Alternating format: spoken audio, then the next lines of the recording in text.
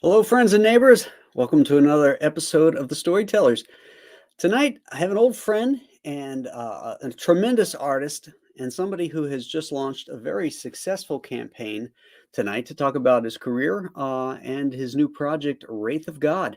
So let's all welcome my good pal, Aaron, the Wraith Lopresti.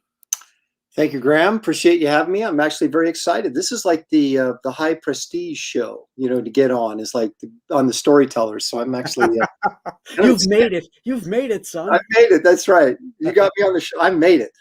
Big Now, time. we're not going to talk about comics tonight. We're going to talk about why Star Trek, the original series, is the greatest TV show ever. I'm all for that. I knew you would be. Now, we'll do that as another show. That's for sure. All That'll right. be fun.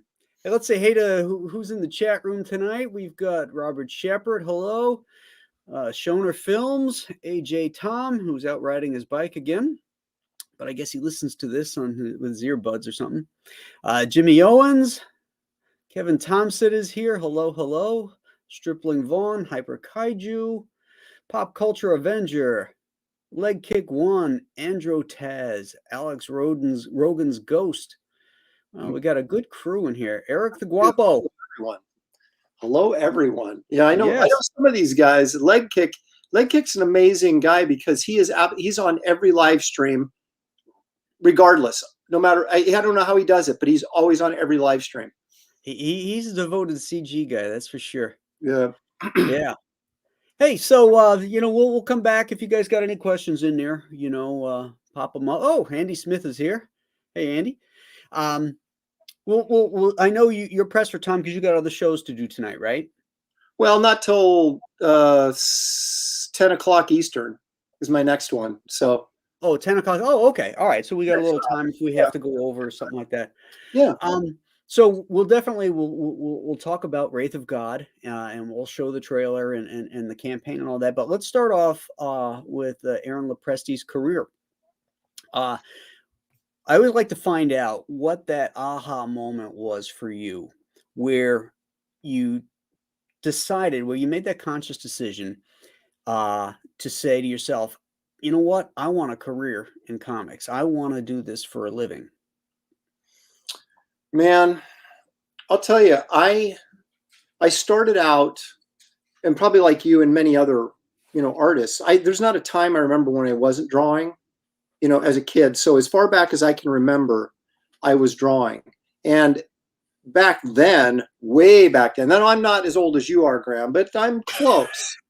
And I was watching cartoons, like any kid would, Flintstones, Popeye, those type of things that we used to get, Warner Brothers cartoons. And that's what I was drawing as a very, very young kid.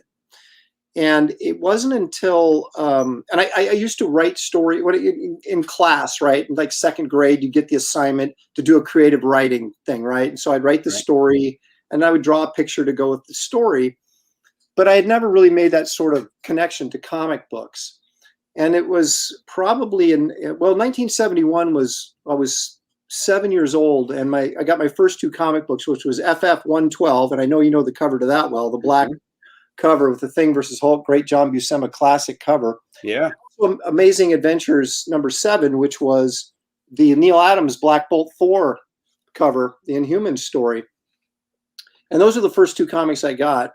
But for some reason, and probably because I was, at 7, you don't have a lot of access to go someplace to pick up comics, and you have no money, right? So you're completely dependent on your parents' generosity. Right. But when I started, starting to mow lawns and got a bicycle and could actually ride away from my home without adult supervision, that's when I started going to the 7-Elevens and experiencing comic books off the rack, and this just colorful kaleidoscope of heroes and monsters and everything. And it was just going there with $1 trying to figure out, oh my gosh, I can only get 4. What am I going to get? But as I became a comic books fan and a reader, my interest started going in that direction. And about that time, I discovered Frazetta, and you may remember, you will remember those Ballantine books that were the Frazetta Ballantine books, right? that had all the Frazetta paintings, the full color stuff in them, Mhm. and the paperbacks. And I would go to bookstores all the time. We'd go into the mall. My parents would drop me off at the bookstore, and they would do their shopping and come back and get me at the bookstore when they were done. And I discovered this huge table laid out with this when that first Frazetta book came out. And I was just mesmerized by it. And so it was probably at that point when I would guess, 1973-ish, 9 years old, somewhere in that neighborhood, Mhm. that I started thinking less about cartooning in terms of animated stuff and more about fantasy art, which then sort of connected with comics about that time that I discovered comics. And so it was, I don't know if there was actually one moment, in time, but it was, I remember that discovery of those Frazetta books and just being blown away at the color work, but also they always had some nice pen and ink line drawings in there as well. Mhm. It was just like, I want to do this. And I've just kind of been obsessed with that ever since.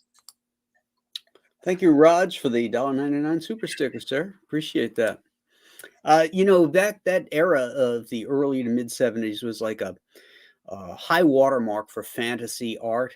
Mm-hmm. You had the studio guys, the Barry Smith and Bernie Wrightson, and those guys producing their fantasy stuff. It was really popular. The Hobbit and Lord of the Rings was really on fire as far as books go.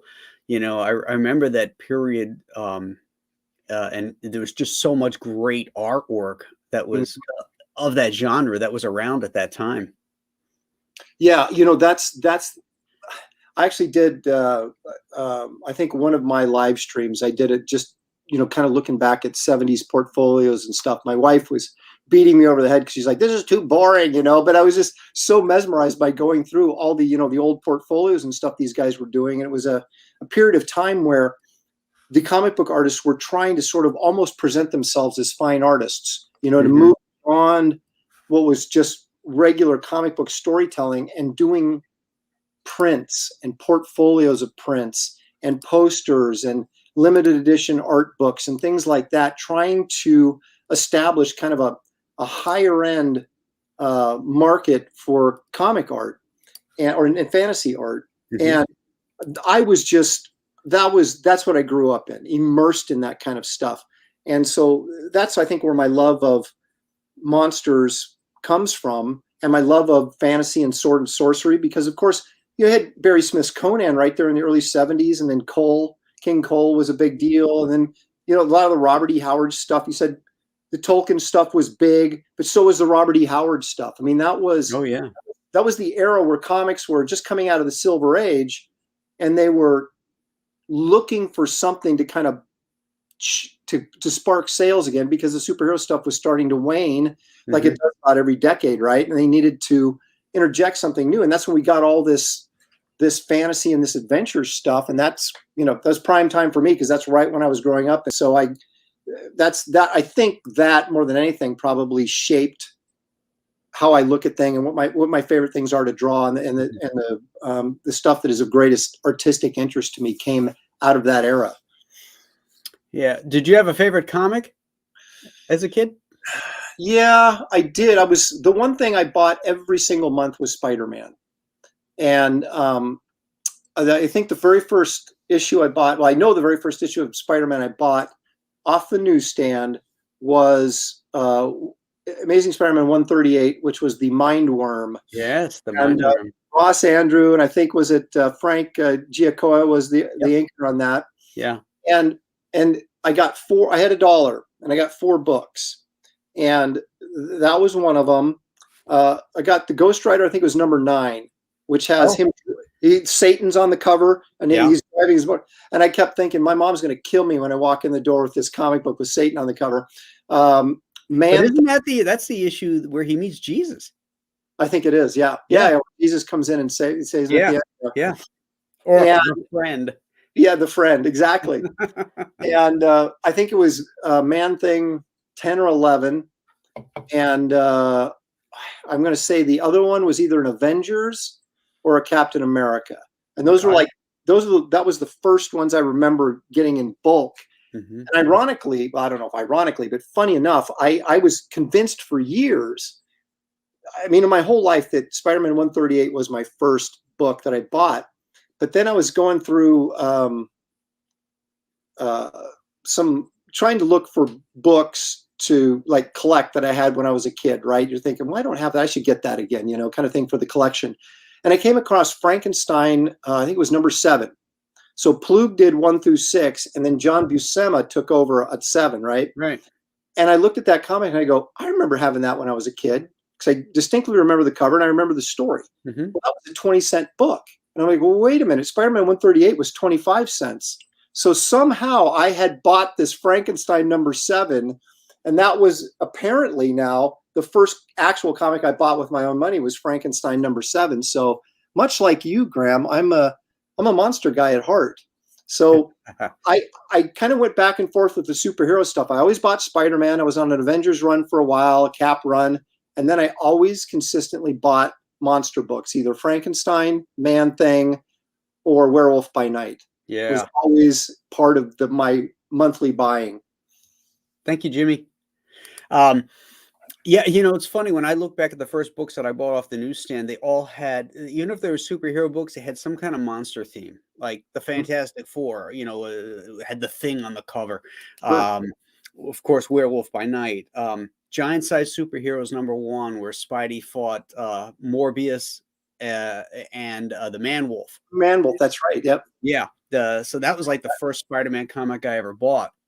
And then my first Amazing was 134, first appearance of the tarantula. That's right. That's right. Yeah. Yeah, and when you look back at comics, because I missed a lot of stuff because like I said, I didn't start really reading till 73. Mhm. And so I would have to go back when one of our neighbor kids found an old bookstore in Southeast Portland and came back home with this stack of old books like this thick. And I about freaked out. I was like, where did you get these? You know? And so then we discovered that there was these back issues that we could get. So we spent, you know, you'd buy all the new comic books when they came out, but then you'd also save your money. So once a month we get our parents to take us to one of these old bookstores and just ravage through and get every old thing we could get, right? So, but out of my Spider-Man collection and the other older books I bought, some of my favorite memories are like Spider-Man 100 when he gets his 6 arms, and 101 where Morbius shows up and they're kind of in that old house, dark house. And it's almost a Spider-Man horror comic, you know? Right. And then right after that, he goes right to the Savage Land where, you know, Spider-Man, Kazar, you know, and Kraven the Hunter were in there. And so I went from my 2 favorite things, you know, the horror and then the jungle adventure, you know? And those are the things when I think back, and I think back of John Carter of Mars, a series that Gil Kane and Rudy Nebres inked. Yeah. King Cole with Severance, Marie and John released the first 10 issues, right? And those Ross Andrew too. Ross Andrew did that was inked by John Severin. Wally Wood. The very first issue was Ross Andrew inked by Wally Wood. And okay, but I know that Severin inked him also too on an issue. That's possible. Yeah. But I know that first issue was tremendous because it's like Ross Andrew is kind of to me, he was very hit or miss. I mean, he was a Spider-Man artist, so I liked him for that. But like sometimes his figure work was a little weird, and sometimes, but you put Wood over the top of him, holy crap! That issue of Cole #1 is a great looking book, tremendous. Yeah, well, look at Dick Giordano over him in the Spider-Man Superman book. Yes, yeah, that was great. You know, Ross Andrew reminds me in some ways of Frank Robbins in that he's underappreciated, and that you have to have a certain amount of knowledge when you look at his work to understand what he's doing. Because once you do, your eyes open up and you go, "Oh my God, this guy's a genius!" You know, he doesn't have the slickness or the panache of, say, a Romita, but he, as a storyteller, oh my God, Ross Andrew was so good.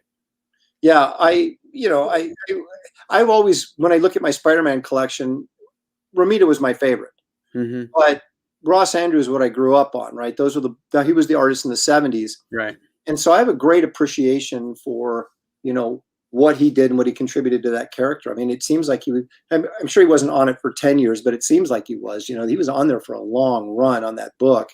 And so he was the Spider-Man artist for the longest period of time. And the more you read, you'd pick up the little things, the little quirky things that he would do, right? And you'd almost come kind of like Gil Kane, certain things that you'd expect in the drawing that would always be there, Mm-hmm. That's quintessential Gil Kane, or that's, quintessential Ross Andrew.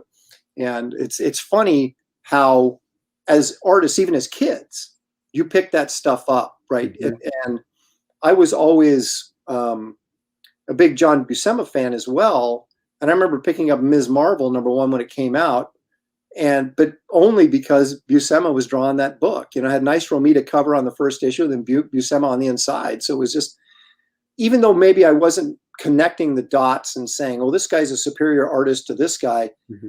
you just automatically recognize stuff that was really good, even as a little kid and a developing artist, that you said, "Boy, I'm really attracted to this." And now you can look back as an adult and you can clearly see why. Yeah, I'm going to commit heresy here, and I'm going to say that I never really liked Joe Sinnott inking John Buscema. Really? I know what you're going to say, but go ahead and say. Let's see if I'm right. I know that Buscema didn't like Joe Sinnott inking him either, but I just felt like it was like he took too many liberties, and he kind of took the power out of Buscema. A little too slick. Yes, that's what I was waiting for you to say, because Buscema he was kind of a Hal Foster kind of guy, right? Mm-hmm. And very organic. When he inked himself on Conan, it was a very different feel than when like Sinnott was inking him on his superhero stuff. Mm-hmm. And so I can clearly see why Buscema didn't like that look. I remember Plug one time when I was working at Malibu, he came in and did a sludge Christmas special, right? And they got Mark Farmer to ink him, which you'd think is a really strange choice for Plug, right? Because Farmer's so slick. And I remember talking to Plug about it, and I said, "Yeah, I really liked Farmer over you." And he's like, "Oh, I hated it." He goes, "It was too slick," And looking at that, I totally get it.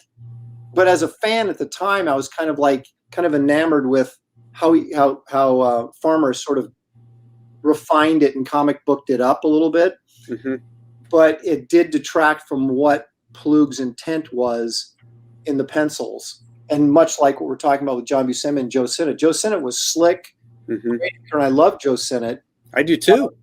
But I can understand why Buscema wasn't a huge fan of what he was doing, because that's not how Buscema, I think, saw himself or wanted to see himself. Right. Even when his brother inked him, when Sal inked him, he had a slick line too. But John loved it, because I think it was a thinner line. It was a thinner line. Sal Buscema used a much thinner line than Sinnott did. Because I was going to ask you what you thought about the Silver Surfer stuff, because I know Sinnott inked the first issue, but I'm pretty sure Sal jumped on after that, didn't he? And inked most of that stuff afterwards. I mean, there was a couple. I'm not sure how many issues Joe did, but yeah, Sal definitely came on. And it was shortly. And it was the line was it was a thinner line. It was a little bit, it wasn't quite as hard and porcelain, as Sinnott's was. And so I'm sure that it had a more organic feel to it, despite it still wasn't as illustrative as maybe Buscema would have inked himself, though. Right. Yeah. Well, Buscema, inking himself is like Joe Kubert inking himself, Right. I really don't want to see too many other people do it, because it's just so amazing. Well, isn't that really kind of the truth for all of us, that our best inker is generally ourselves? Yeah. But people get used to, if you're doing superhero comics, right? Mm-hmm. People get used to a certain look, right? And a lot of us, when we ink ourselves, we're doing something maybe, depending on the project, maybe a little more illustrative or maybe a little bit different than you would do in a normal superhero comic. And so a lot of times I think there's this adjustment period where people look and go, well, that's not as cool because it's not as slick. But then you start to understand why it isn't as slick. And Right. what is this guy going for? And why is this now working better than maybe that look that he had when he was drawing Superman or whatever? Yeah. Yeah, a lot of fans seem to equate slick with good. Right. But it isn't necessarily the case, it's all about power. It's all about, taking this drawing to life. And, a lot of times the really slick guys take a lot of that energy out of the drawing. Yes. So that's why I always like the organic inkers, the guys like Klaus and Tom Palmer and Dick Giordano. When all those guys inked me, I studied my original art that I got back, to look and see, all right, let me see what he did here. Why did he do that? What choices did he make and why? And that's a great topic to talk about a little bit. Did you ever look at other people who have worked on your stuff to get a takeaway from it? Like somebody who's inked your stuff that you really liked, and you basically dissect it and figure out what it was that they did that you liked and incorporate it yourself? Yeah, but I would always do that, but I was kind of a coward for a long time because you get set in a look, and then you're kind of afraid to move away from that because you don't know what the response will be. And Gary Martin was the first regular inker I had, and Gary is super, super slick, but he can get to a point where he's so slick that he's, like you said, he can ink the life out of the drawing, And it was actually his experiences with Steve Rude that got him to sort of loosen up a bit, Yeah, David, I'm not calling anybody out. Look at him. He's just like, the guy's this pot stirrer, man. He's like, yeah. Who inked you the J? The answer is yes, Dave, but yes. We're not going to slag anybody. Yeah, exactly. But so, and then I was looking for somebody that was slicker, or as slick as Gary, but had maybe a little bit more aesthetic that was in line with what I was trying to accomplish. And I found that in Matt Ryan was the first guy that I thought, this guy inks like I ink, except better because his technique was better. And that's who I met at CrossJet, and he inked Mystic over me. And then we stayed together on and off for several years. But as I started to get a project here and there that maybe Matt wasn't inking, I got real fortunate and had Danny Mickey ink me a couple times, and that blew me away because he brought something to the pencils where Matt was inking me correctly and really super nice, but it looked like like I was doing at the time anyway. So it wasn't something that I'd look at and go, wow, that looks really different. Right.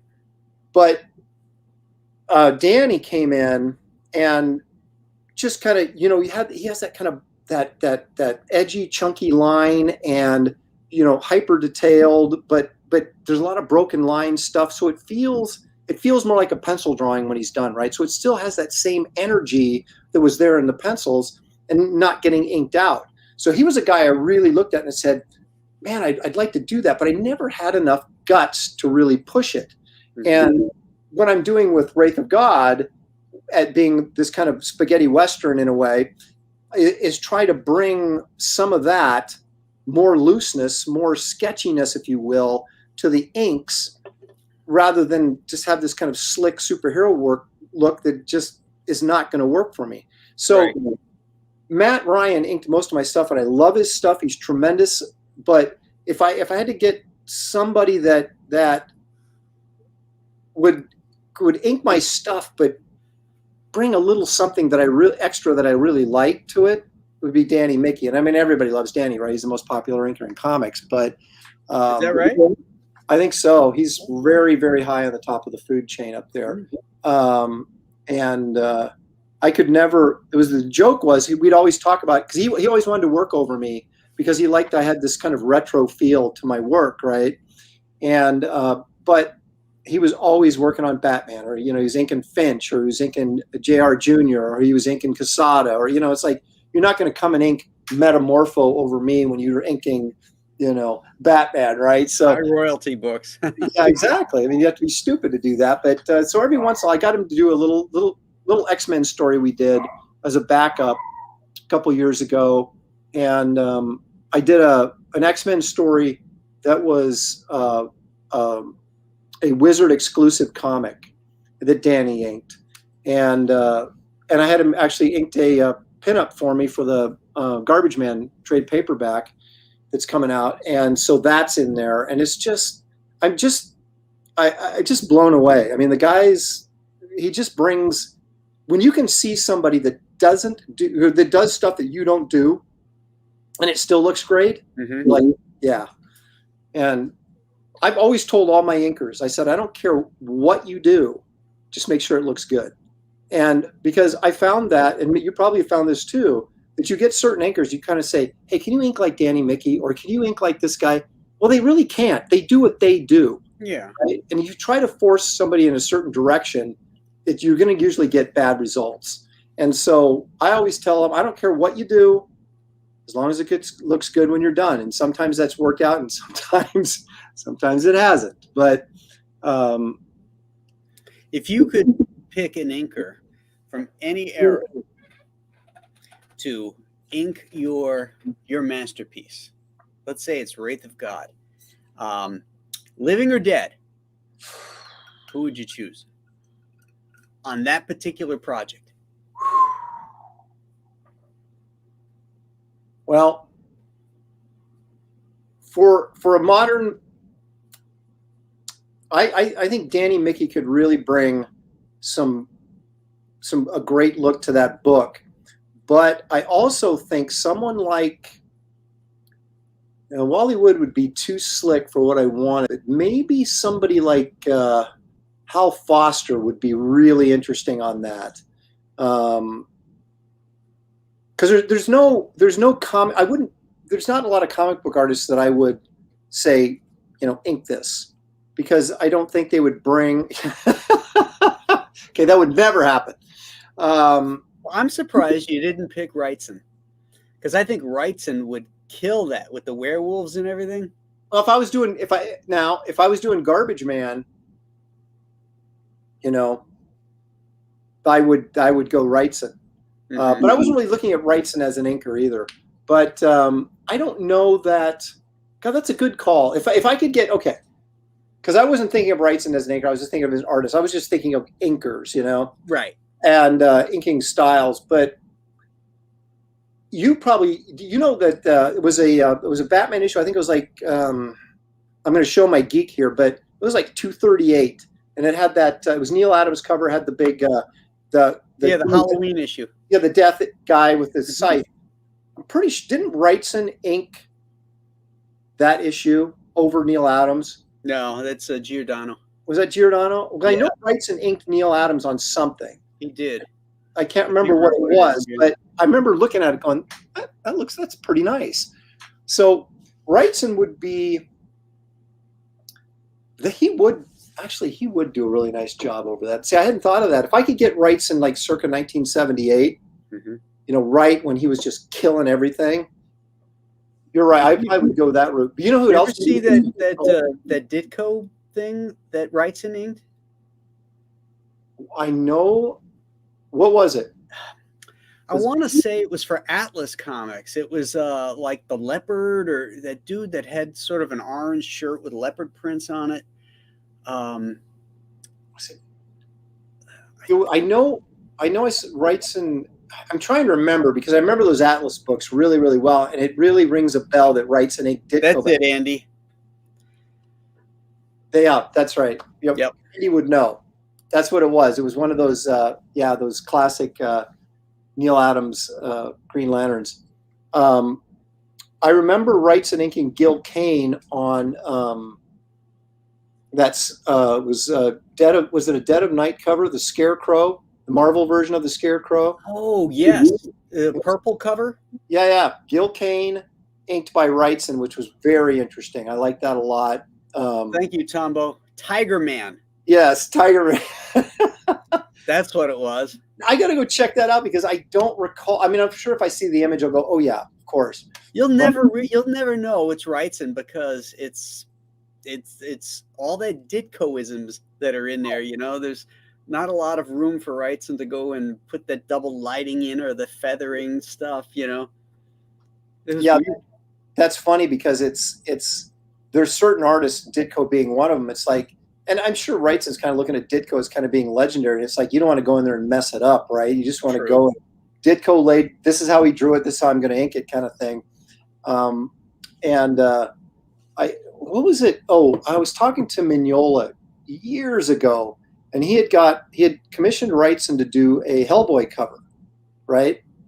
And he was like super excited about to get it, but then he got it back, and it was like Wrightson was like doing his best Mignola, right? Oh no. Mignola's like, oh, I wanted him just to go like total Bernie. Instead, he tried to stay true to what I was doing with the character. It's still a nice cover. Don't get me wrong, but I remember Mignola just going, oh, I wanted him to Wrightson it up so bad, and he just didn't do it. You know, it's like if you get Kevin Nolan to ink you, right? And then it comes back looking like you inked it. And you're like, Kevin, you're supposed to go in and do your Kevin Nolan thing. That's why I wanted you to do it, you know? He's one of those guys that always does his Kevin Nolan thing, though. You can always see his, you know, he's a heavy-handed inker, but he always makes the stuff look good. And that, to my point, telling somebody, hey, I don't care what it looks like as long as it looks good, right? And I remember, I think, and I may be misremembering this, but I think that when Jurgens and Nolan worked on that Aliens thing, that, and I could be wrong. So Dan, if you're watching, forgive me. I don't want to cast dispersions, but my feeling was I thought that Jurgens wasn't 100% happy with it when it first came out because it was so overtaken by Nolan. Nolan, you know, basically used Dan's work as layouts and then sort of just kind of Nolanized everything. Yeah. But me as an art fan, if he did that to me, I'd just be like, I'd be crying because I had so many original Nolan pages. I wouldn't even care that you couldn't see me in the work, you know? Right. Yeah, and like I said, it's the kind of stuff that you get back, you can study it too. You know? Yeah, that's right. You learn figure out, you know, okay, this looks really cool on me. I should incorporate this so that, you know, I can elevate it, you know? Right. After a while, if you have the same inker working over you all the time, everything looks the same, right? So you're not growing necessarily. You're just sort of in a holding pattern. You know, this is what I do. This is what it looks like when it gets done. And, you know, I know you're the same way as me, is that I don't want to settle in and say, you know, at age 40 or age 35 or age 55 or whatever, this is where I want to be. You know, I'm not gonna grow anymore. You know, we don't want to do that. We want to challenge ourselves and make the work exciting, and it really makes it easier when you're doing your own thing, right? Because you can take those chances and try something a little bit different. You don't have to worry your editor going, "What is this? This isn't what you did before." You know, you're just like, and I think the readers, the supporters of the projects that we're doing, are more willing to take a look at you giving them something maybe a little different than what you've given them over the past 35 years or 30 years. Yeah, you know, exactly. I mean, growing as an artist is all about trying new things. And if you do something the same way, it gets stagnant and stale. I'm a huge Kurt Swan fan.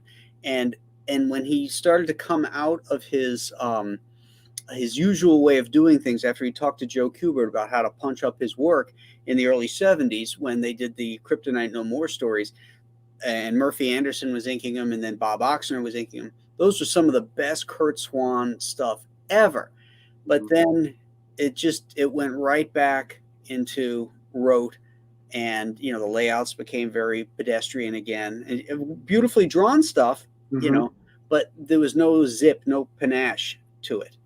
You know, well, isn't that sort of, and again, we come back to this sort of indie comics where you're in control, you're in charge, right? Isn't it kind of the way you get your script, right? And we're always under some form of deadline pressure. And so the easiest thing in the world is to go, well, I just got to get this done, right? Do the best I can, but I got to get this done. So you're not thinking in terms of really pushing yourself creatively. You're thinking of delivering this the best I can with the time I have to get it done. And so it's easy to fall back into what you've been doing your entire life rather than saying, you know what, I'm going to take a little extra time and keep pushing myself. Mm-hmm. It's so easy just to get that script in the mail, or now off the email, print that sucker out, start drawing. And it's but I think it goes into the show I did about creative shelf life. When Joe Kubert did something, it was always at 11. His layouts, everything was modern and powerful and stuff. But other guys never got there, and their stuff did plateau, but it plateaued at a lower level. Yes. Same. Mm-hmm. Than a guy like Kubert. That was a thing and it's funny you should bring Kubert up, because I remember it wasn't too long ago. Remember those oversized Tor collections that I can't remember was that Epic. Epic. Yeah. Yeah, it was the Epic line, right? I love those books. Right. And this is, I mean, how old was Joe? In his 70s when he did that? 60s maybe? It's got to be. Those were the 90s, right? Yeah. Yeah. He had to be in his late 60s probably. So I'm flipping open that book, and of course, I've known of Kubert's work since I was a kid, right? So you're thinking, this guy's old-fashioned or whatever. And I flip it open the book, and I was so blown away by his layouts and how contemporary and how imaginative they were.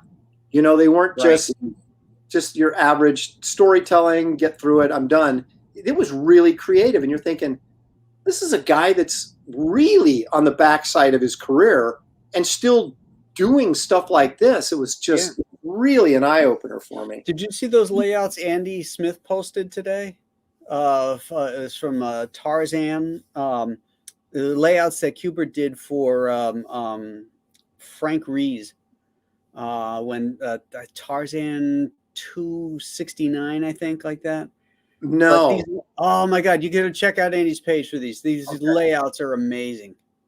The storytelling is just, it's so friggin' great. So you're talking about Phantom Power. Thank you for the $5 super chat. So you're talking about when during Kubert's run on DC Tarzan? Book? Yeah, at the end of his run, he stopped drawing it and was just laying it out, and a lot of the Filipino guys were doing the finishes. Right. There's speaking of, I'm a big Rudy Nebres fan. I don't know, how you feel about Rudy, but there was a great, and it's such a great, I'm sure you're aware of it. There was this, based on what we were talking about, this just came to my mind. There was this great splash page from when Buscema was doing the Marvel Tarzan series, right, in the 70s. Mm-hmm. And it was, I'm pretty sure it was John. It might have been Sal, but it didn't really matter because Nebres was inking it. But it had Tarzan with his hands tied behind his back, and he was riding this pteranodon or this pterodactyl that was flying right at you. And it was such an amazing piece of artwork. And when you said about Tarzan, that was just like, boom, that's the first thing that crept into my mind. And the sad story about this is, and this is the problem when you don't have enough money, Graham. This is what happens when you don't have enough money.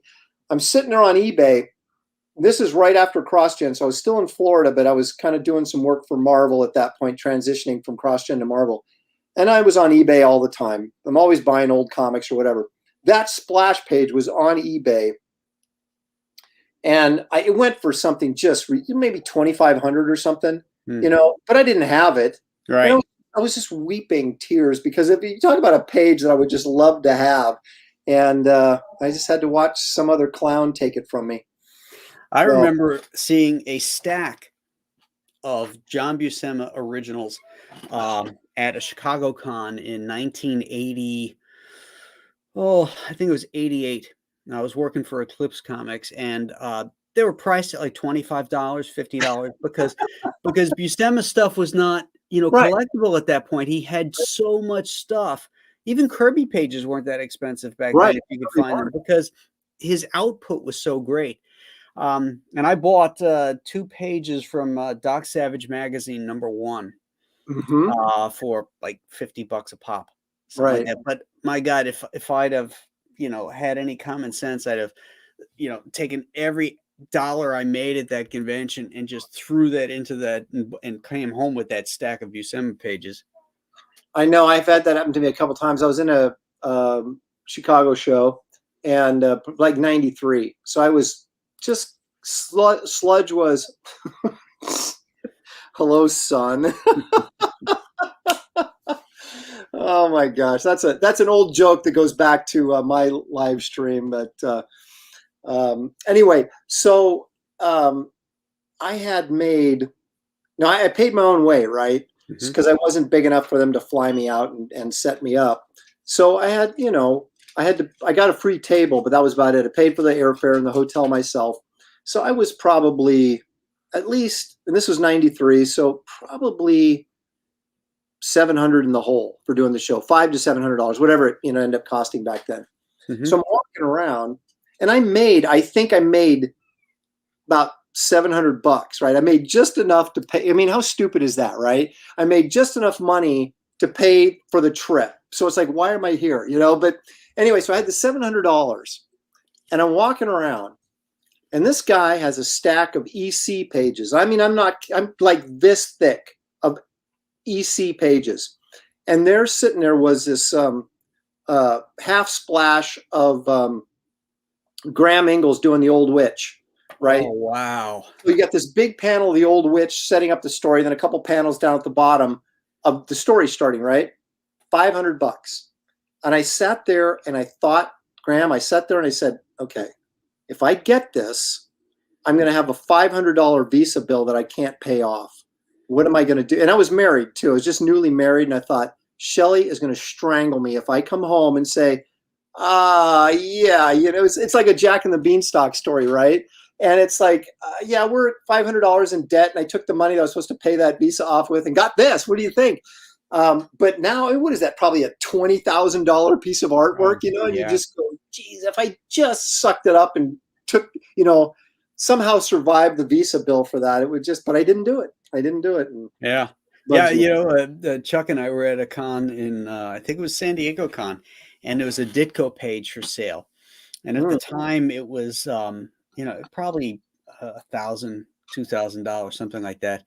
And, this is like early '90s, and Chuck was vacillating on whether he wanted to buy it or not. And I'm like, go ahead, man. We got royalties coming. You should get that. You should get that page. So he did it, and he got the page, and he eventually sold that thing for like $20,000. If only we'd been smarter in the '90s or had more money, maybe that. My problem was I think I was smart enough. I just didn't have any money. Yeah. It's one thing to say, hey, that's a good investment. And there's another thing to say, that's a good investment, and I've got the money to buy it. That was the part I always struggled with. I always found the good investments, but I didn't have the money to buy it. So, well, you could maybe scrape it together, but at least for me, I had 3 daughters, and a wife and a mortgage and the whole 9 yards. And, it's like, it seems frivolous for me to spend this kind of money, and I got all these other expenses here, so I did the responsible thing and stupidly didn't buy that Ditko page. Yeah, you idiot, doing the responsible thing. What's wrong with you? Yeah, Chuck should have given me half that money because you talked him into it, right? I talked him into that. Yeah, exactly. I'm gonna text that son of a gun right now. Right now, give me that money, man. What are you doing? I saw at San Diego one year, and this was probably in the '90s as well. That I can't remember the art dealer, but he had a. You remember the old National Comics from the Quality Comics group from the '40s, right? The National Comics that had the Uncle Sam stuff. Yeah. He had the cover. He had the original art to the cover to one of the Uncle Sam covers by Reed Crandall.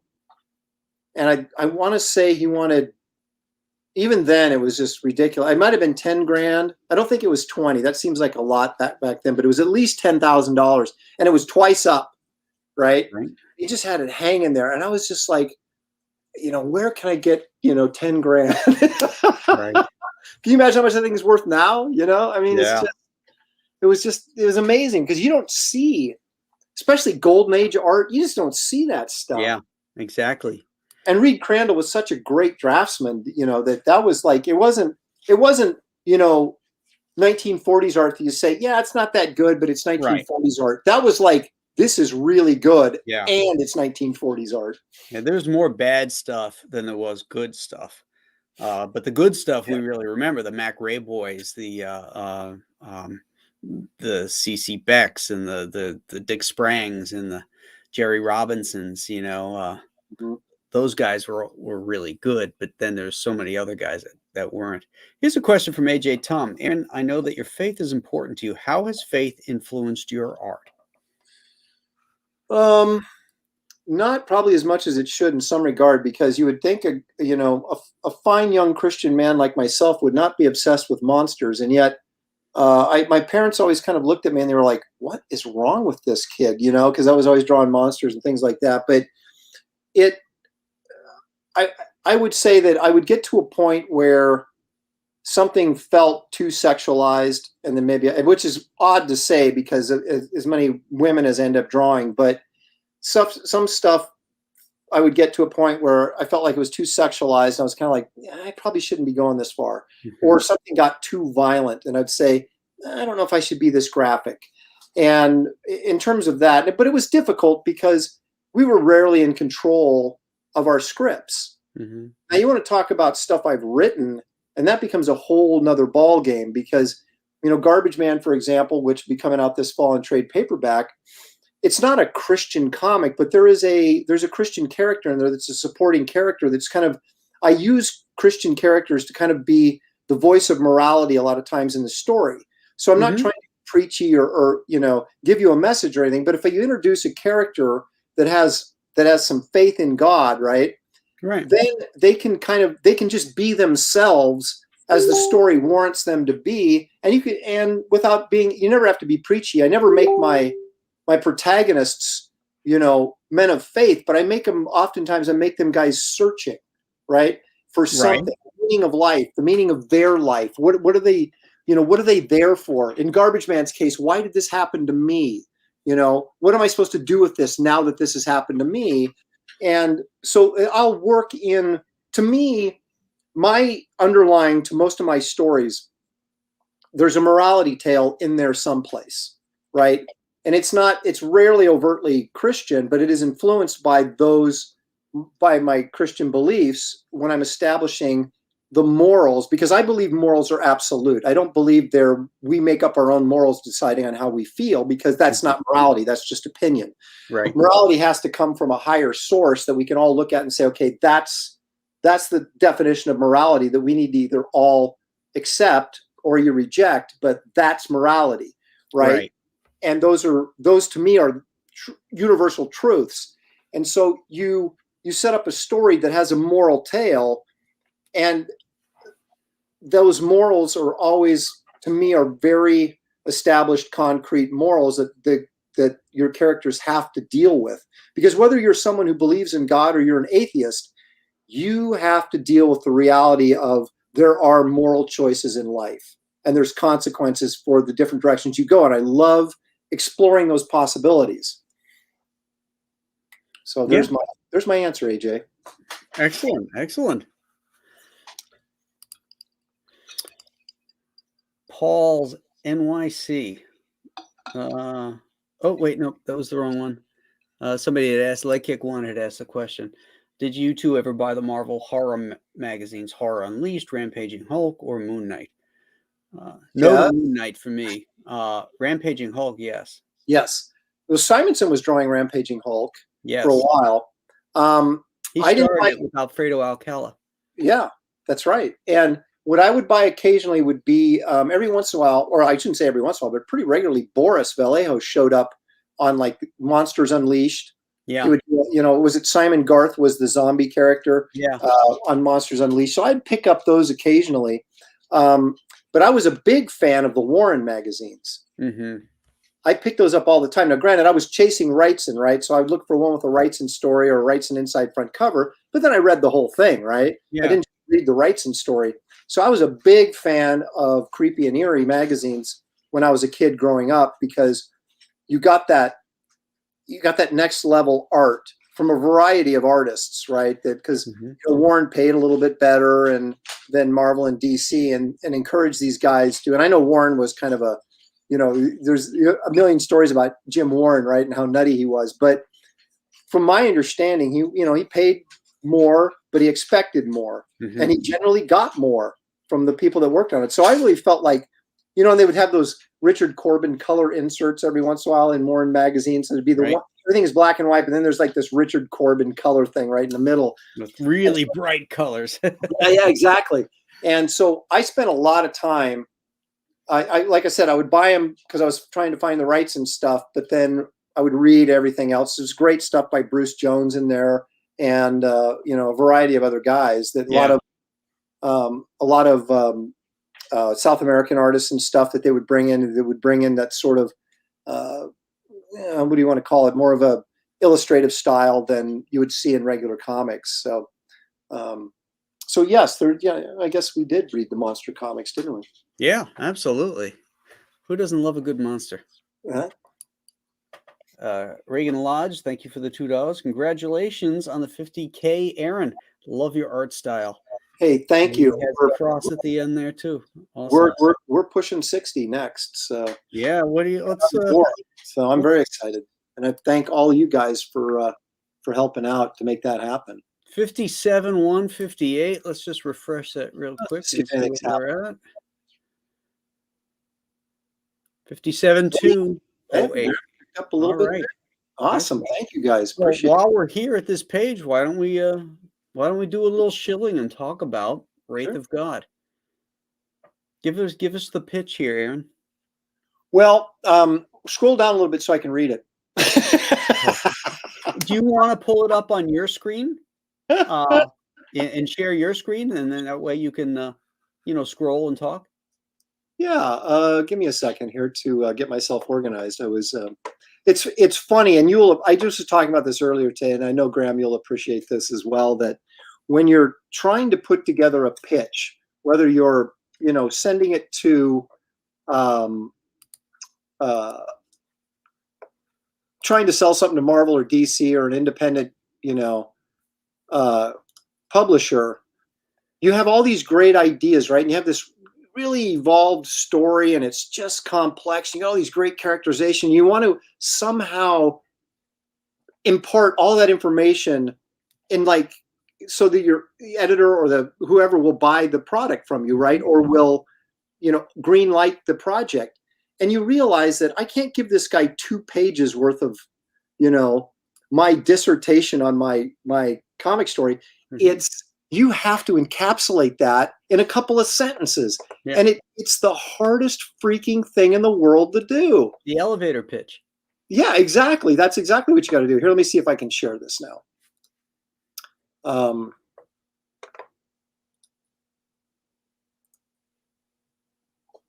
Did I open it? Why is that showing?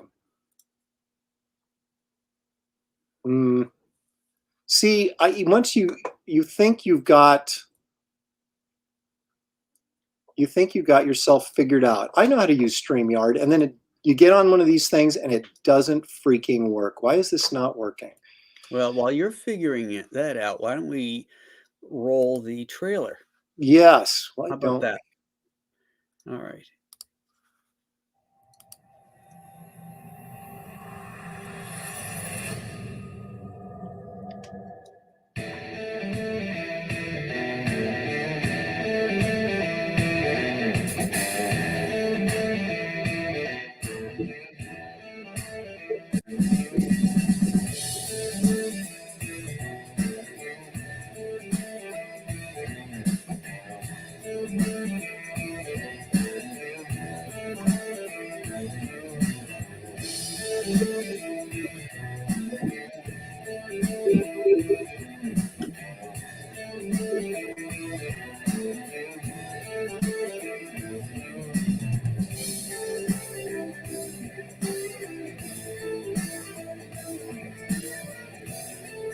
Love that cover.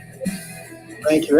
That's everybody's favorite covers, like the 70s retro run, right? Because we're all old and we get the joke. But for some reason, I'm not doing this right. So just leave it there, and I'll read to you what I've got off this. Just we'll let you show the screen there, the art, and I'll go ahead and read it. So Here we go. I'll do a dramatic reading. Okay, you ready? in the American You're West. supposed to not read it. You're supposed to sell it from your heart, from your soul. They can read. This is my radio voice, okay? All right. In the American West of 1883, the Wraith is a mysterious hero with a dark past who's relentlessly driven to administer the wrath of God on the evil supernatural forces that contaminate the land. A master of illusion and disguise, the Wraith is aided by a former Salvation Army worker named Esther, who frequently finds herself at odds with her mentor. It's a race against time and death, as together they try to stop a pack of werewolves from obtaining a mystical amulet that will make them invincible. That wasn't bad. I'm not. Andy Smith, you need to get in here and do I that know. reading. I want to write the word foundation in there too, because I love when Andy says foundation.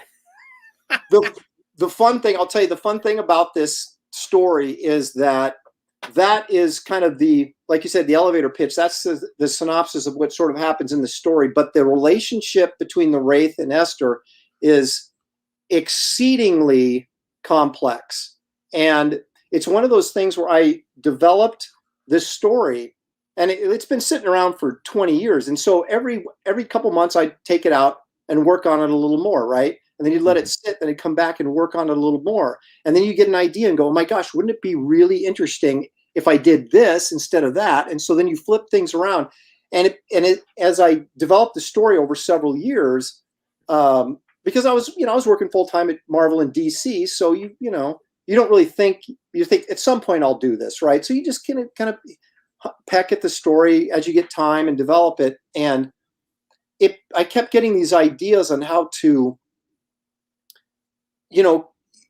make the characters more complex, make it more interesting, put a little more mystery. This is not a straight, superhero type story where we go from A to B and you can see the conclusion coming a mile away.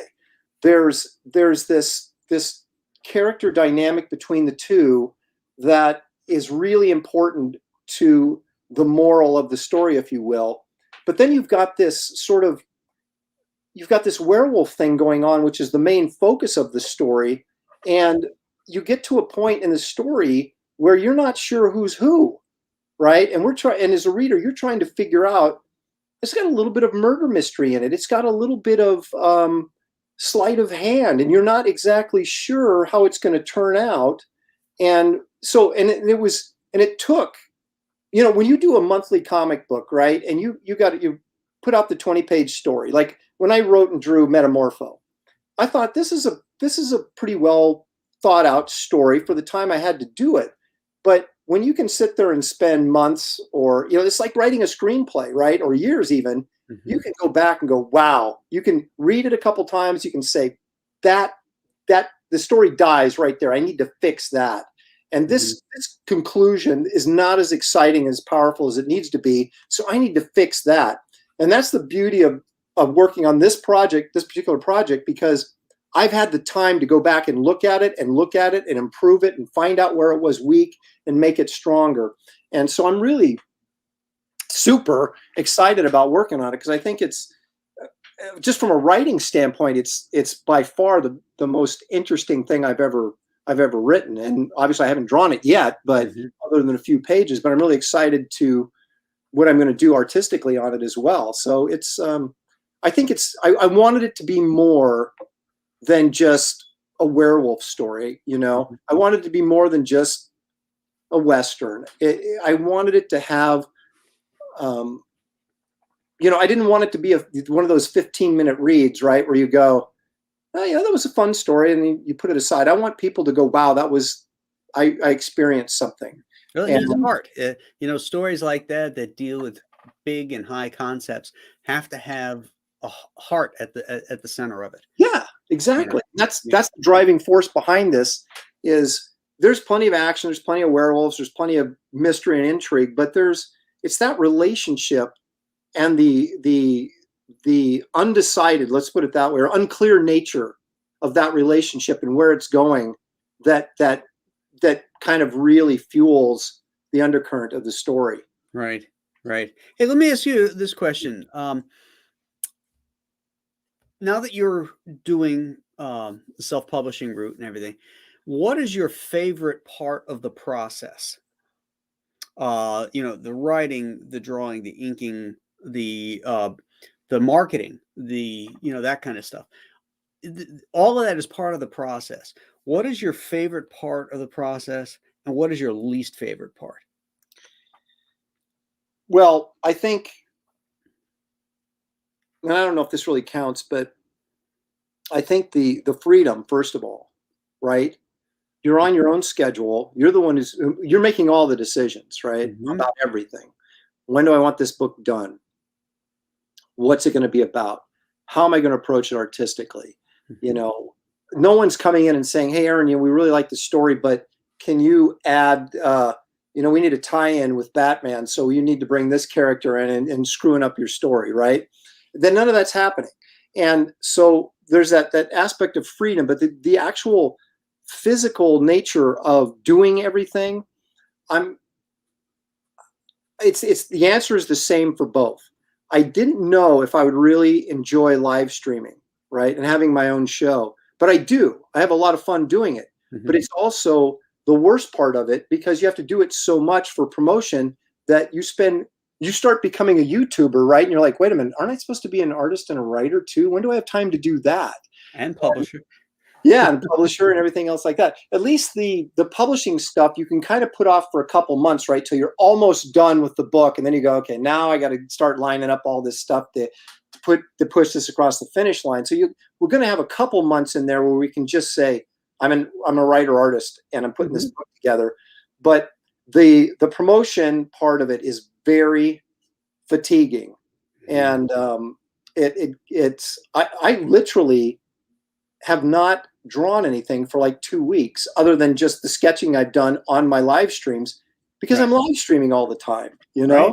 Yeah. And then when you're that's the name of the game. That's part of the paradigm now of crowdfunding and getting your voice out there and right. your personality and everything else. It's a lot of fun too. I mean, yeah, it's a grind when your campaign is live and you're mm-hmm. on all the time, because you got to be moving it and selling it. You have a small window to move that product out and get right. it into the, on the eyeballs, get the eyeballs on it. Right. Is what I'm trying to say. Right. So you got a short window there. So you got to work really hard, but it is exhausting. And then when you finally close the campaign and you can actually sit down and start drawing again, it's a relief. Yeah, I'm actually sort of looking forward to it. It's like, I mean, I always look forward to drawing, but you always, there's that part. People always ask me, what's the most, best part of drawing comics? And I go, when I'm done with the story, mm-hmm. because I get this incredible feeling of relief, and then the check shows up and you're like, oh, it's just, but then the next script shows up and then you're right back into that yeah. grind. And but I think the actual drawing part will actually be the relief, right? Because the hard part is promoting and promoting and promoting. And, like I'm going to be on 4 shows today. I've barely had a chance to eat. It's like being at a convention, you're just sketching the whole time, or in this right. case, talking and promoting. Yeah. My favorite part of the process is the writing. Mm-hmm. That's where my heart lies, is the storytelling and the writing. My least favorite part is the layouts and the penciling, because that's where the heavy lifting gets done. Yes. Inking is fun, but all the visual thinking goes in the layouts, in creating this idea into a visual medium. So every thought or every decision is a thought. And so I find that to be the hardest part, but everybody's got a different answer for that. It's interesting. Yeah. I mean, I would say that for me, I enjoy the penciling the most. The inking I enjoy the least, because that's the point for me. It's always been, I've never been a guy that's been big on, this over-the-top coloring we've been getting since the 90s, right? Right. I always for me growing up, there was the line work that carried the art, right? So you look at Anna. Heather, she loves doing the layouts. Anna loves doing the layouts. It's one of her favorite parts. But like you look at, again, I'll go back to Swamp Thing by Wrightson, or even, Barry Smith, who's doing great work on Conan. You look at that stuff, and it was the line work that, it was the black and white drawing that sold it. The color was just kind of put on there, so it was a color book, but it wasn't really, they did a good job for using flat color. They did some of those, Marie Severance did a great job, but it was the line work that was selling the product. And so even though I know that you can get pretty creative with your coloring and, and just oversaturate everything so you don't even see the line work anymore. Yeah. When I'm creating it on paper, or you, of course, now doing digital stuff, that to me still feels like that's the end game. What does this look like once it's inked in black and white and I say, okay, it's done? Did I screw it up? Because I usually like my pencils when I'm done with them, but I don't always like the ink job, whether I did it or someone else did it. And so it's like, to me, that's where the pressure is, because I'm afraid this is the step where if I'm going to screw it up, I'm going to screw it up right now. And so that is more challenging for me in just talking about the art process. I would much rather pencil, because I can always, when you pencil and you hand it off to an inker, you're like, well, it looked perfect when it left my hands, pal. You ruined it, so.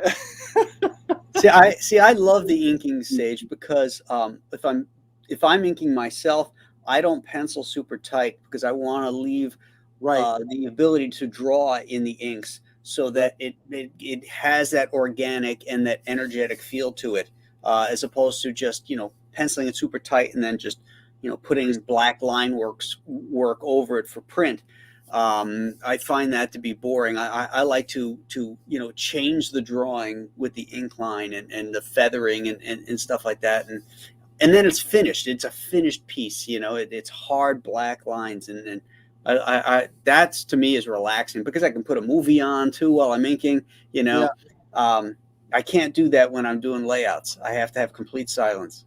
Well, I will. Yeah, me too. Because you're storytelling at that point. You really got to concentrate. But that's an excellent point, what you just said there, because that's what I'm trying to do with Wraith of God, is to not be as tight on my pencils and to do some drawing in the inking stage. So I get that kind of looser, rougher feel to it that I think is apropos for this type of story I'm doing. And that's challenging for me, because usually when I ink myself, it's like I have really tight pencils, then I go in there and I do even, more controlled inks. And it's like, that's when inking becomes really laborious, right? Because now you're basically drawing the thing twice. You're like, I already drew this. Why do I have to draw it again? But if you're going in like you're saying and saying, well, my drawing's a little bit looser, it's not all the way finished, now I'm going to take this pen and I'm going to go in and finish it. It's like part 2 of a 2-part process. And you're still being creative on the back end of that, because you're adding drawing to it as you're inking. And I will say this, in agreement with you, the first 3 pages I've done of the Wraith, I really kind of enjoyed it inking, and that's what's got me excited about this, that I'm not going to get run down inking my own work, because I didn't put any line work in there. I just went in and said, you know what, I'm going to put some lines here, and I'm going to put some feathering here, and I'm going to cross hatch here. And it wasn't in the pencils, And I kept telling myself, Aaron, don't be a slave to this line. What are you going for? What's the feel that you want to get out of this? And just go like you're doing a sketch at a convention. Exactly. Right. And just kind of let it evolve as you're doing it. And it's that makes inking fun. Yeah. So I agree with you on that. And so that's, I'm excited to kind of approach a whole comic like that, and see how it evolves and how I feel about it through, when you're talking about, it's one thing to do a page, right? But when you're talking about 72 pages, 75 pages, see how I feel at the end of it, and see if it was like an experience that I was like, wow, I can't wait to do this again, or wow, that was really difficult, I'm going to hire somebody to ink the next one.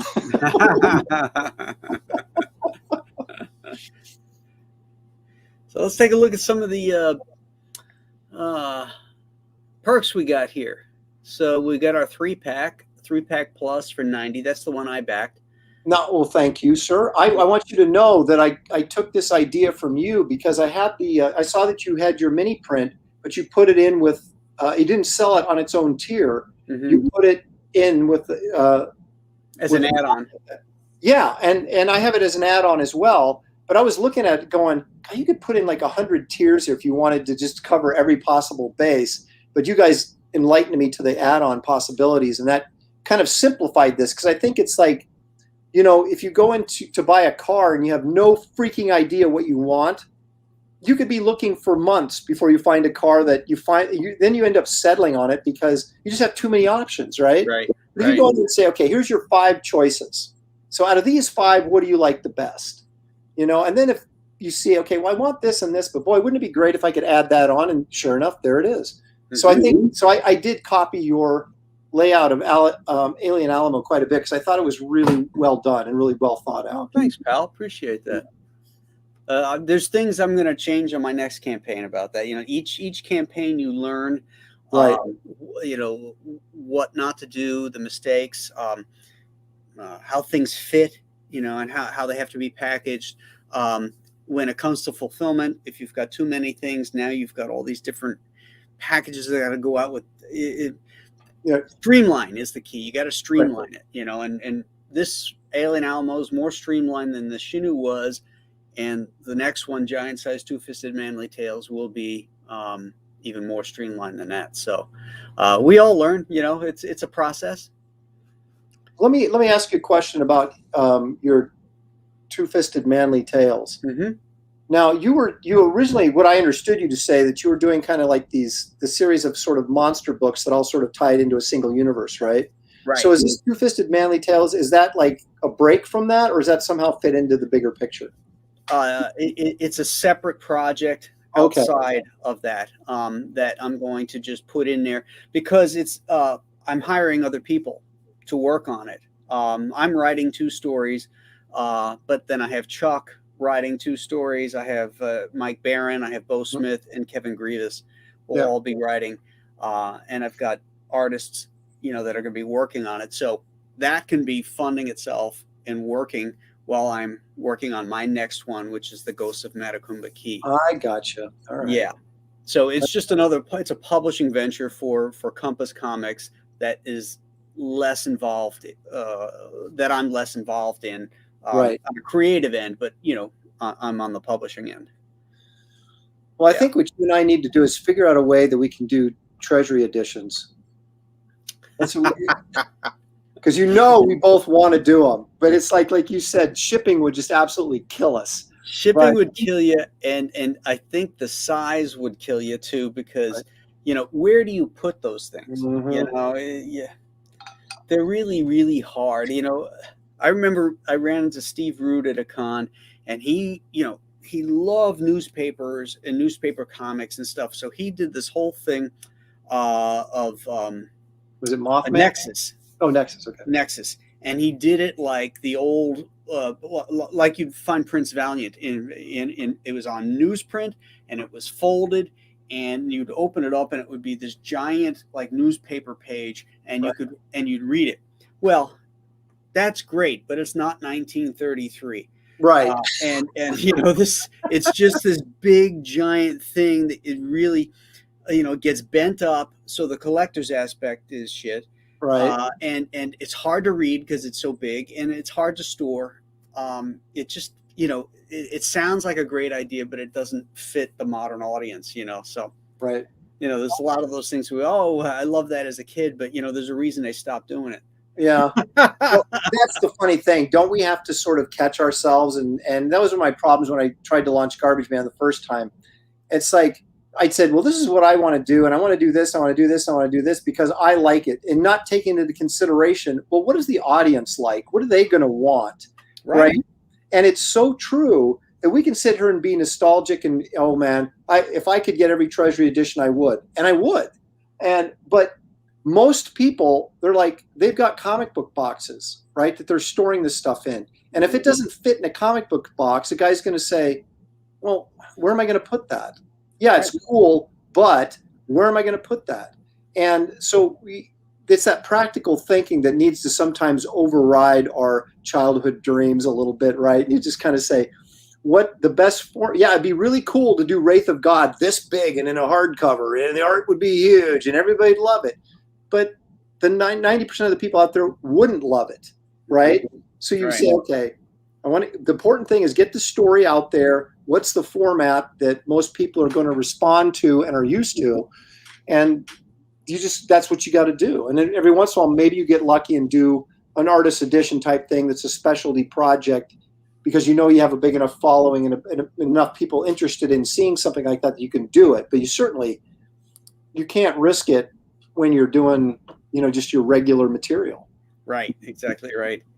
The Green Laser says, Graham, you won't need art for the cover of the Ghost of Matacumba Key book. Its title will take up the whole cover. You are incorrect, sir. I have a concept idea for this, which is going to be really cool, and it's going to incorporate that title into it. So hang in there, brother. Now, is that a place, or is that a name of someone? It's a place. Matacumba Key is in the Florida Keys. Okay. It's around the middle section of the Keys, and it's where the most powerful hurricane to ever strike the United States hit in 1935. Okay. Henceforth, ghosts. Yes, I got you. I love it. So let's see. So here's your basic, get in, get out tier. If you just want the comic, the Wraith of God cover A, which is the one that we. Here it is, right here. It's a bigger version. The Great Werewolf cover. Cover B, which is the throwback cover to early 1970s Marvel. Yep. A Terry Dodson cover, which is cover C. Looks cool. All of these are 25. They're just variant covers. Oh, and here's a bigger one. Now, see, this is interesting. The Wraith of God combined with the Garbage Man trade paperback. Mm-hmm. I had no idea that's doing way better than I would have thought it would have. 130 of them. Nice. Yeah, and the interesting thing is that I think what I've intrigued people with, and of course this was obviously the plan, is when I hit 50,000, I put in the stretch goal of adding a 3-page epilogue to the end of Wraith of God that sort of ties in Wraith of God to the more modern Garbage Man story and characters. And plus the Garbage Man trade has 18 pages of new material because I had to take Batman out and put in my characters. So it's the first appearance of this super team called the Night Club, and so it's more than just a reprint. But I wasn't sure how people would respond to it, but I'm just overwhelmed at how many people have jumped in on that. Very cool. So the Wraith character actually got put into Garbage Man? I'm not saying that exactly. Oh. I'm saying that I've got something. How do I want to put this? I don't want to give anything away, but there's a connection between 1883 and let's say this is, if you take the whole Lopresti verse, for example, right? And let's say the whole Lopresti verse takes place in modern times, with the exception of Wraith of God, right? Right. How do you tie in Wraith of God to still be part of the same universe where everything else is modern? And there's a bridge in there that kind of explains how that works. And let me just put it that way without giving away too much. Okay. Yeah. That's what I did with the Alien Alamo. It takes place in 1957, but it connects with the Chenoo that took place in 2020. Right. It's going to connect with the Ghosts book. It takes place in 2022 or whenever it comes out, modern day. Yeah, I think it's fun connecting those things. Yeah, and I think if you look at, because obviously Marvel's Western Ghost Rider was an inspiration for this. That was basically originally what this was a concept to redo the Western Ghost Rider for Marvel, and then I made it my own thing. But I always look, and I'm sure you agree, that even obviously the Frazetta stuff back from the 50s was great, the Ghost Rider stuff that he did in the 50s. And then in the 60s, they sort of reprinted that Dick Ayers stuff with like Gil Kane. That was the 70s, actually, when they changed him to Knight Rider, had the Gil Kane covers. But then in the 60s, they had the Dick Ayers original material. It went like about 8 issues before it got canceled. And just in and of itself, that Western Ghost Rider was a really cool character, but it never caught on, because how do you take an 1880s character and make him relevant to the Marvel U of 1970 or 68, right? And they never even tried to do that. Yeah. So I'm doing that, I think, in a way that, you know, makes it feel like the Wraith of God is part of a bigger picture than just, you know, 1883. Nice. All right, so then we also have Wraith of God cover A and Raw Imagination sketchbook. Okay, so that's a nice pairing. Then the Ultimate Lopresti Power Pack is, what is that? Tell us about that one. Well, you get all 3 covers. Actually, you get everything. You get all 3 covers. You get the Garbage Man trade paperback. You get the Power Cubed trade paperback, which I'm not offering anywhere else except in this Power Pack. The limited edition print, the hardcover sketchbook, and also one of my classic pamphlet sketchbooks that I still have. I have a variety of those, and it's kind of a grab bag. You'll get one of them, and that also goes in that pack, and everything is signed in that as well.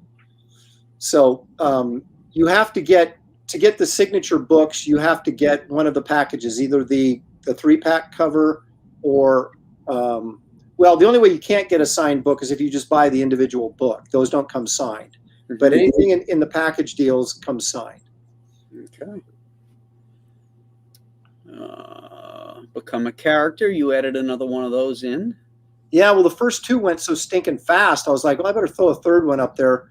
And but I had to go through the story real quickly and think, okay, where can I have a scene that if I can put it in. And so I put that other one up there just in case there was someone else that wanted to get in on that.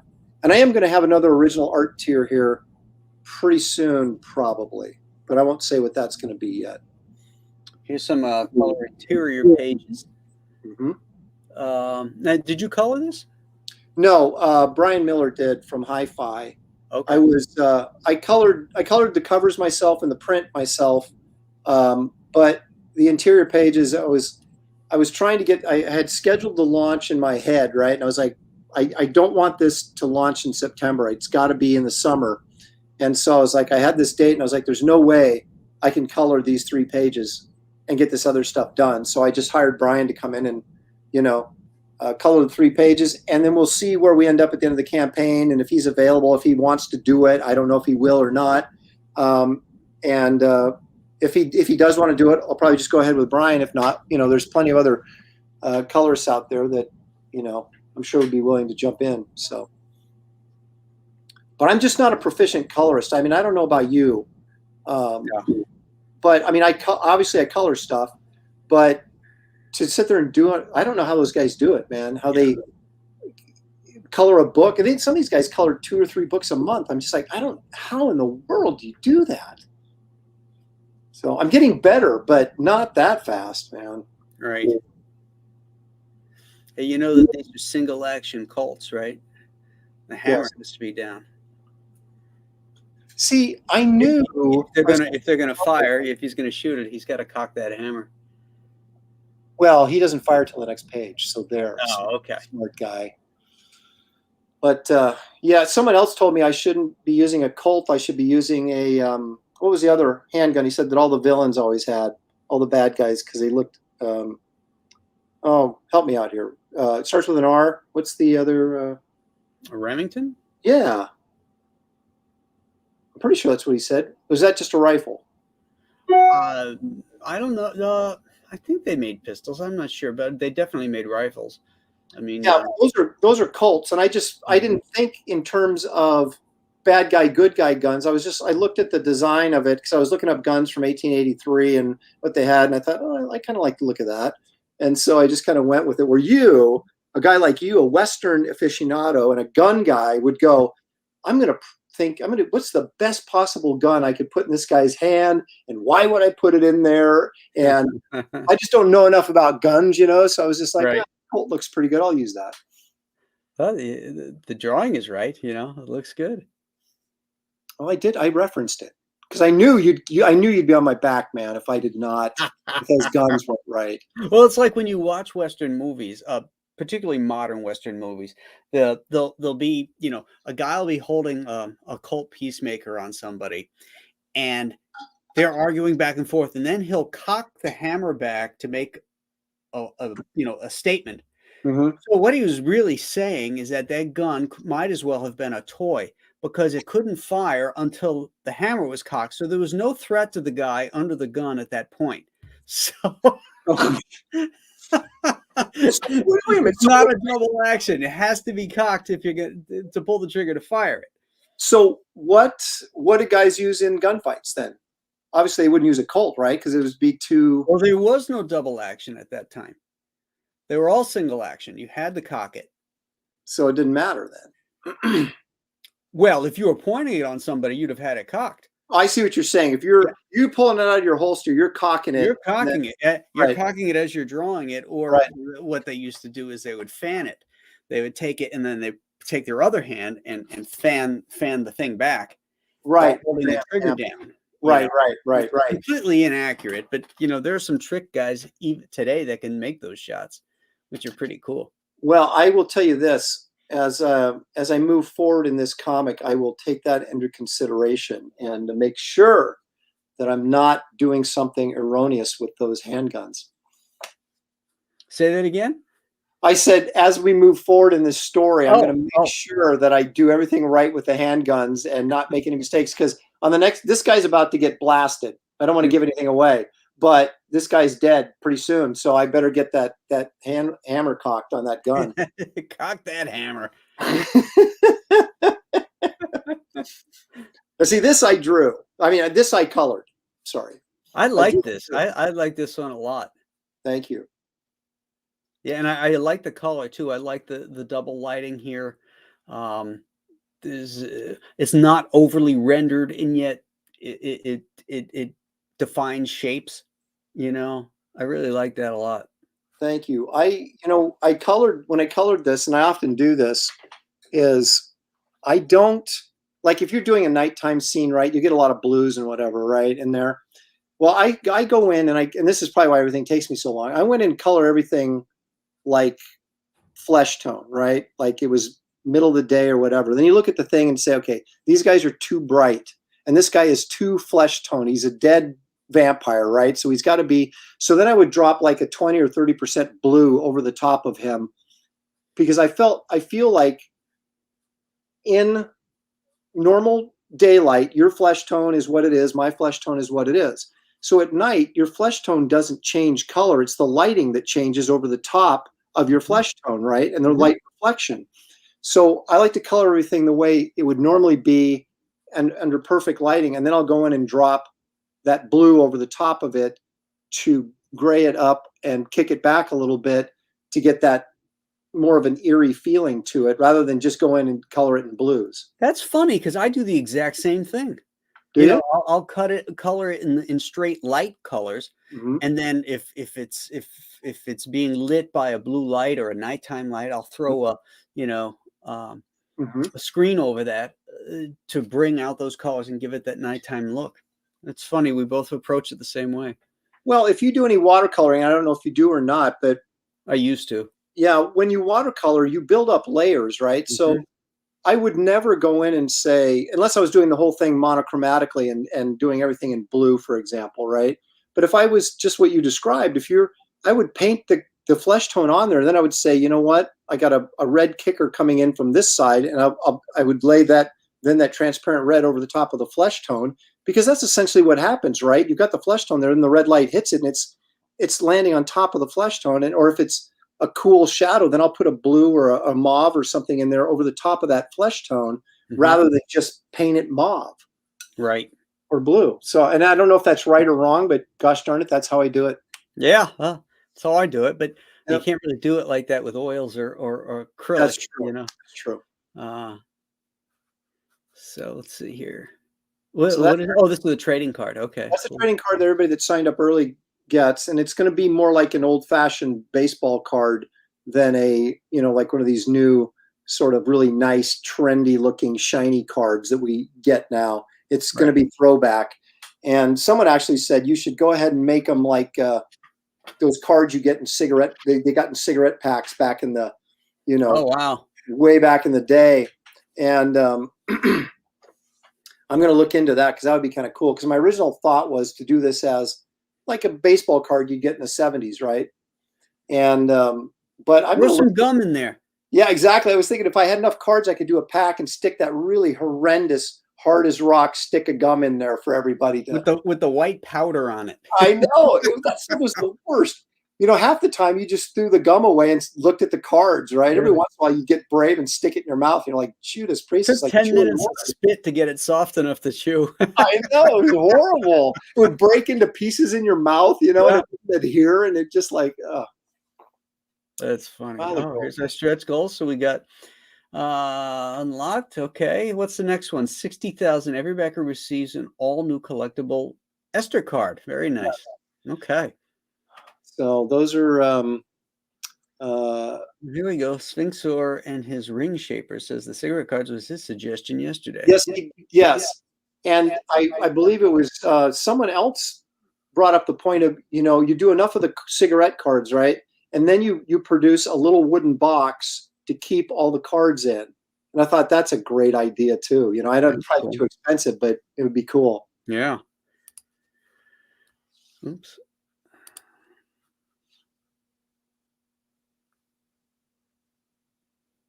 And then I previewed all the art on the bottom here so everybody they would, you know, on the art tiers that they could get a clear look at what they were buying. Right. Those things all sold in the first, you know, hour.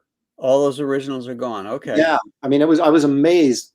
They just were gone like that. And so I was like, I don't want to sell any of the interior pages, except for the people that buy in as to be a character to put in the book. They get the original art that they appear on.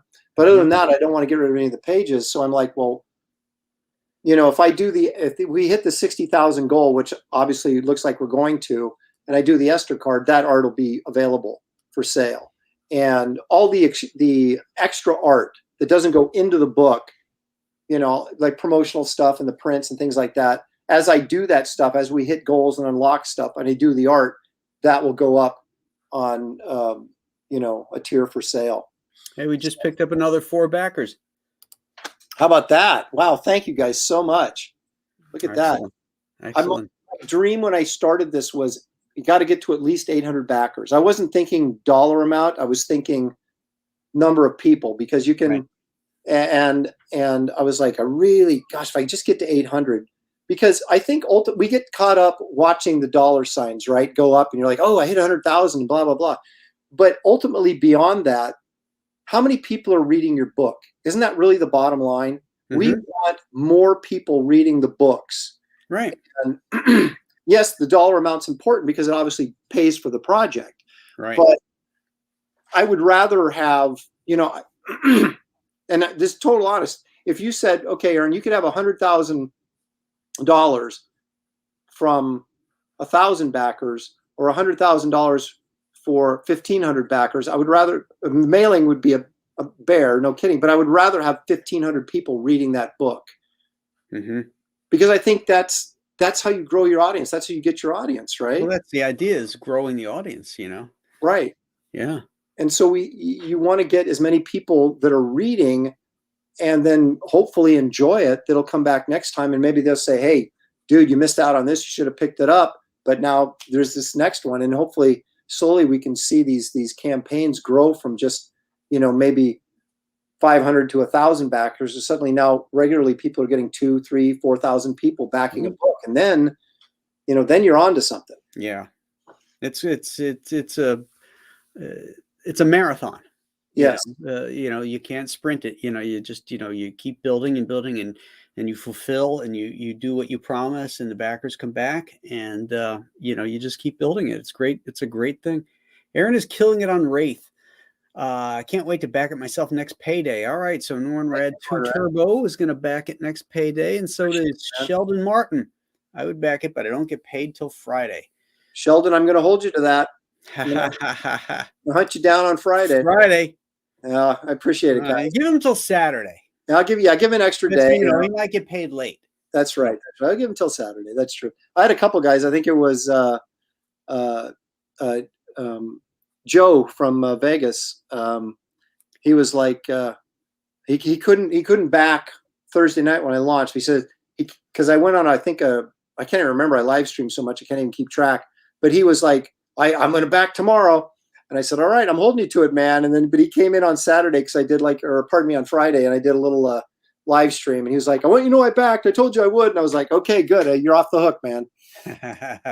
So, all right, we get another thing going here. What you're doing? Do a little prop for my Alien Alamo. We hit the 100,000 club on what was that? Tuesday night, Wednesday night? It was Monday night. Monday night. Right. That was an unbelievable night.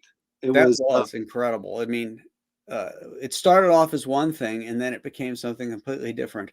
Yeah, and it was probably the most fun stream that all of us had been on that I've experienced. Because everybody, how I get kind of cringy when it gets too raunchy. That was a pretty clean stream. We actually talked about a lot of interesting things, and then you had that sort of Vegas gambling thing going on. Hey, let's hit the next number. And, so Graham and Ethan can take a drink, and it was kind of exciting. We were all caught up in it and trying to get you to 100. And then when you hit it, it was like, wow. Because we started the evening, you were what, 95? 95, yeah. And I was sitting there thinking, God, there's no way he's going to get to 100 tonight, And then it became a reality, and we just kept building and building. It was a blast. Yeah, that was I couldn't go to bed after we were done. It was like 1 o'clock in the morning. I'm sitting on on Twitter, thanking everybody, and I spent the whole next day thanking everybody. There's so many people congratulating it, and it was just a fantastic thing. Yeah. So we're up to 1,565 backers. There's plenty of room for more. If any of you guys out there haven't backed this fun project, I got more pages in from Greg today, color pages, and they look pretty amazing. I'll be sharing with those with backers probably tomorrow. I'll probably throw some of those up. So come on board. Let me ask you a question about your campaign, if I may. Let me turn the mic around here for just a second. Yes, sir, Mr. Lopresti. Graham, tell me, on your Alien Alamo, how do you determine how much art you're going to show? Because you want to keep people interested and you want to keep them on the progress, but you don't want to give everything away. Right. So how do you make a determination about how much you're going to show and how much you're going to keep tucked away? Well, I'll show anything that doesn't give away the plot. Okay. Or that it doesn't reveal anything.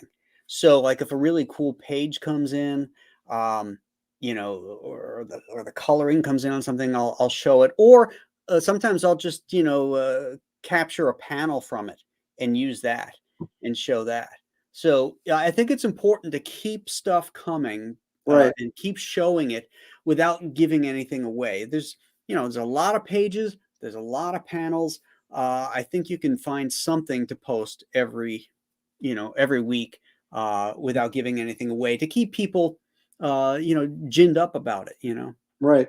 Well, I think that's extremely important. And it's one thing I've been watching because you run really organized and well thought out campaigns and how you process things. And I was, that's what I kept thinking is like, you want people to know that you're working on the book, that you just didn't take their money and you're watching TV, right? Right. And so but you don't want to give too much away. So there's always that balance of, look, I got some new art I got to show you. Well, you can't look at that panel, but so I guess there's, you're right. There's plenty of downtime in between important plot points that you can show that you're progressing on the project without ruining it for the reader.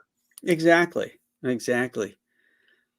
So you've got, let me ask you another question. Tell me about the t-shirt. I love that you have the t-shirt on one of these tiers, right? There it is, yeah. Yeah, I just added the larger sizes too. Now I know you did the artwork. Obviously, did you do the design, or did someone else design that? Because that is a terrific looking shirt. The design was done by the guys at St. Clair Apparel.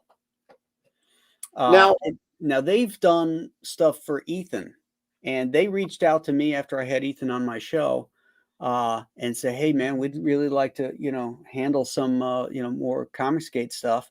And he introduced himself, so I said, "Well, okay, here's some of the stuff I'm interested in doing." And they do real high quality stuff. They put custom made tags inside the shirt so that it doesn't say Hanes or anything like that. It says this is a Compass Comics product. really, And it's got my trademark and copyright on there. So that adds an extra value to it, and it's high quality. Right here, you can't see it because it's too small, but this lists all the colors that are of the ink that are used on this particular shirt. And there's well, I can't see it. It's pretty small here too, but there's got to be 1, 2, 3, 4, 6. It's got to be about 15 colors. So this is a really high quality shirt. Now, how do you handle? Obviously, this has always been the problem with T-shirts, right? As being a T-shirt seller, is you've got tons of people that are many different sizes, and so how do you keep in stock? You can't keep. Well, I got 100 extra larges, I got 100 larges, I got 100 mediums, I got. So how do they? I mean, this has got to be. Isn't it print on demand, or how exactly does this work?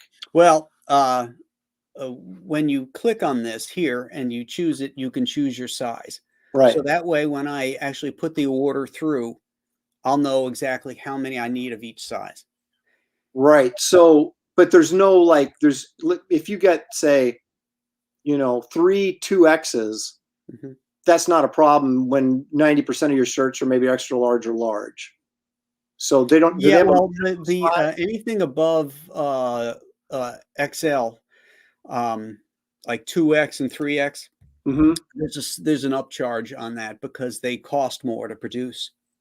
But they don't. They're not limiting you on a print run per size, because I guess they just make all the size. Yeah, there's just a number that you have to. The bare minimum is 43 shirts, and the sizes doesn't matter. You can go in and out of different sizes. Okay. Yeah, because it's all about the setup of the right, just like a printing press would be. Right. Yeah. So it doesn't matter about the size. They can just run the shirts. Right. Yeah. Right. And then what I'll do is I'll overprint. Well, these are limited edition, so I'll just slightly overprint on these just in case there's a problem with anybody's shirt. But then I also have the Compass Comics ones that these guys are going to do for me as well. Originally when I did these, I had a less expensive place, but I really want to up the grade on it. So everybody who gets a Compass Comics one is going to get an upgrade to that high quality shirt like the Alien Alamo. So, and then I'll order lots of those because I'm going to sell those on my website too. I want to do T-shirts, but I'm going to wait till next campaign. But because I think it's a great way to get your brand out there. And if you do a really nice looking, I mean, that is. I love that shirt. The color scheme on that, is that charcoal gray? Black. Yeah, I think it might be black on this one. That might be a black shirt. The design around it and everything is, it's just a great looking shirt. Yeah, well, we were talking about guns. Originally, he had 2 Navy Colt pistols here. And I'm like, well, this is 1957, not 1857. So I told him to put the Winchester rifles in because those still exist. I have one, as a matter of fact. So those still exist, and that's what my characters use in the story. So he replaced the old Navy Colts with the Winchesters. Nice. So. All righty. Aaron, you are running a killer campaign. Let's do a refresh here. 769 backers. Did we get any more? Yes, we got one more. How about that? Just keeps cruising up. Thank you so much. 631. Excellent. You are on your way to six figures, young lady. I hope so. That would be fantastic. That would. There's so many variables, right, that you're never quite sure when you're talking about shipping and printing costs, because you can't really get a solid print quote till you know your numbers, and Right. and you can't get it too early because they're only good for 30 days or 60 days. And so there's like those variables. You keep thinking, well, I'm pretty sure I'm okay if I hit this number, but you're like, well, I'd really be okay if I hit this number. And then if I hit this number, I don't think I have anything to worry about. You know, so I keep doing that to myself. I'm like, I'm putting benchmarks for myself, and then I hit it, and I'm like, you know, that's still a little iffy. If I got there, I'd be more comfortable. You know. Well, you know what? I'm going to let you go because I know you got a show at 10 o'clock, and you might have to get a drink of something and go to the bathroom before that starts. So. Start doing it all over again. But right. Thank But, you so hey, much. Thanks so much for coming on and telling us a little about your career and your new project. We're all very excited for you, and you're going to kill it. And it's great to have you in the club. Thank you very much, Graham. I really appreciate you taking the time to put me on this, what is considered the prestigious show of the. I get only the finest guests, Aaron, and you qualify. Thank you so much, Graham. I really appreciate it. Everybody in the chat, thank you for tuning in.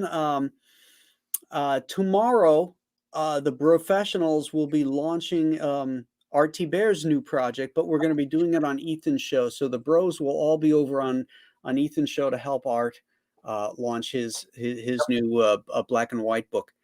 So tune in for that. Very exciting. We will catch you back here next Wednesday. And until then, have a great evening. Bye, everybody.